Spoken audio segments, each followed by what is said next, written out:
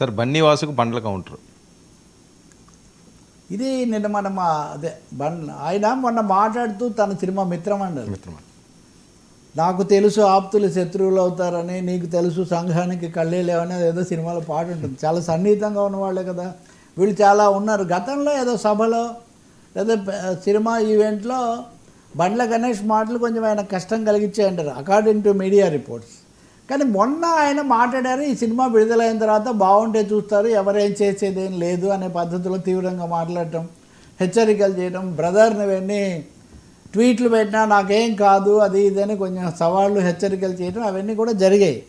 ఆ సినిమా విడుదలైంది, దాని మీద సమీక్షలు కూడా ఎక్కువ భాగం క్రిటికల్. అదేమి ఆయన ఆ రోజు కూడా చెప్పాడు బాగుంటే చూస్తారు లేదు అనే మాట ఆయన చెప్పిన రెండోది నిజమైనట్టుగా ఉంది.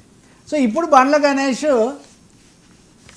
మనం చేసినటువంటి ప్రొడక్షన్ బట్టే మనకు ఉంటుంది, కానీ మీరు ఏదో అది ఇది తీసేసుకుంటే ఏమవుతుందని ఆయన ఒక కౌంటర్ ఇచ్చాడు. అంటే ఒక విధంగా ఆ రోజు బండ్ల గణేష్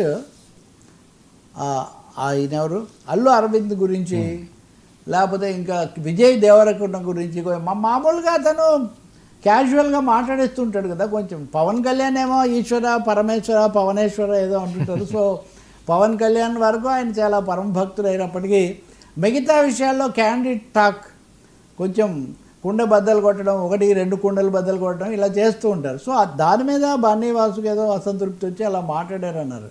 ఏదైనా ఈ వ్యక్తిగత అంశాలు మీడియా సోషల్ మీడియా ఇంత పెరిగేసరికి అవి ఎక్కువ అయిపోతున్నాయి. పరిశ్రమలో వాతావరణం కొంత ఇబ్బందికరంగా మారడానికి, కొంత ఉద్రిక్తత వివాదం పెరగడానికి ఇవి కారణమవుతున్నాయి. ఈ సమయంలో అందరూ ఎవరు నేర్చుకోవాల్సింది వాళ్ళు నేర్చుకోవచ్చు, కానీ బహుశా బండ్ల గణేష్ కూడా కొంచెం అఫెండ్ అయి ఉండాలి. ఆ రోజు ఊరుకుని ఆ సినిమా రిజల్ట్ పెద్ద పాజిటివ్గా రాకపోయేసరికి ఇప్పుడు ఇది సమయం అని ఆయన ఎంట్రీ ఇచ్చినట్టున్నాడు.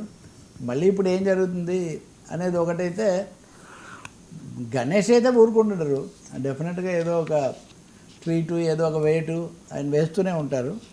ఈ వాతావరణం అయితే మంచిది కాదు. పరిశ్రమ గురించి కళల గురించి ఎక్కువ చర్చ జరిగితే బెటర్ దీనికంటే.